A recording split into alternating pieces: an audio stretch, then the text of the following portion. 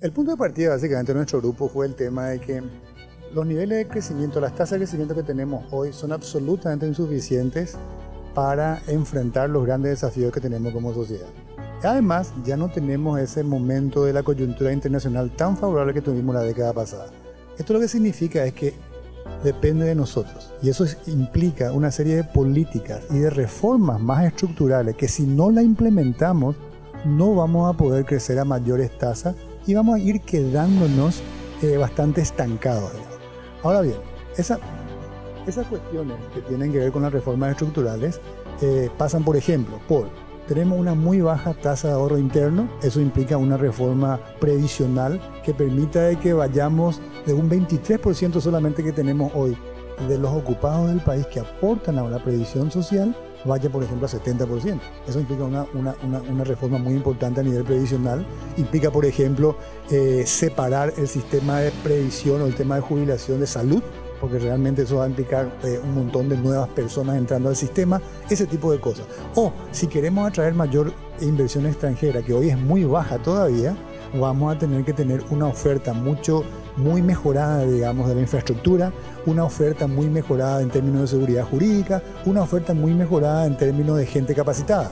Ahí ya empezamos a hablar de reforma educativa, empezamos a hablar de reforma del sistema judicial, empezamos a hablar de reforma del sistema de gestión pública.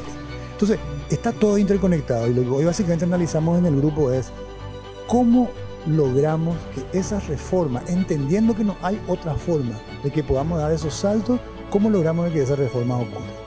Porque estas reformas implican básicamente tres tipos de cuestiones centrales. Una es la capacidad de gestión programática. Es decir, tener buenos programas para cada uno de estos temas. ¿Qué vamos a hacer realmente en el tema previsional? ¿Cómo se va a estructurar el tema educativo? ¿Cómo se va a estructurar el tema de la gestión pública más eficiente? El programa. Esto hasta es lo más fácil. Realmente uno puede de alguna manera ir aprendiendo de muchas cosas que ocurren acá a nivel internacional y puede tener un buen programa. Pero el segundo punto, que lo analizamos también bastante, es la gestión política. ¿Cómo hacemos para que se venzan resistencias que van a existir en cada una de estas reformas? Por supuesto que van a haber resistencias, por ejemplo, si hablamos de reforma educativa, obviamente vamos a tener que tocar de alguna manera la situación de los docentes. Bueno, hay mucha resistencia ahí. O en el sistema jubilatorio hay mucha resistencia también de la gente que está de alguna manera con un sistema actual. O en el sistema de la administración pública. En todos lados vamos a encontrar resistencia y va a hacer falta realmente un liderazgo político y una capacidad de gestión política muy importante para vencer esa resistencia y para conseguir los apoyos necesarios para impulsar la reforma. Pero también hay un elemento de la gestión operativa. Incluso si nosotros logramos en algunas de estas reformas tener un buen programa y tener básicamente el liderazgo político, tenemos que tener la capacidad de gestión, de implementación de estas reformas.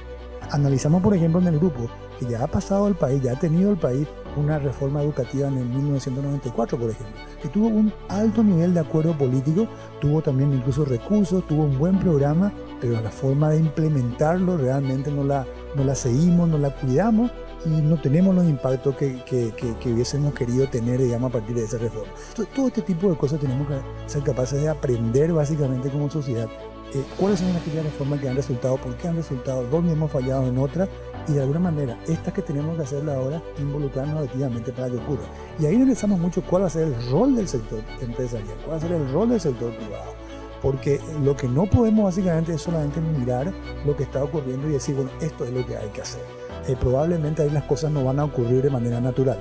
Vamos a tener que involucrarnos mucho más activamente, vamos a tener que hacer propuestas concretas, vamos a tener que gestionar también políticamente, vamos a tener que ver cuáles son los mejores mecanismos para realmente implementarlo, vamos a tener que elaborar nuevas ideas como, qué sé yo, consejos públicos privados que puedan hacer un seguimiento de estas implementaciones, de vuelta a aprender de otras experiencias que están funcionando, la experiencia por ejemplo del Fondo de Excelencia, de un consejo público privado u otros que existen.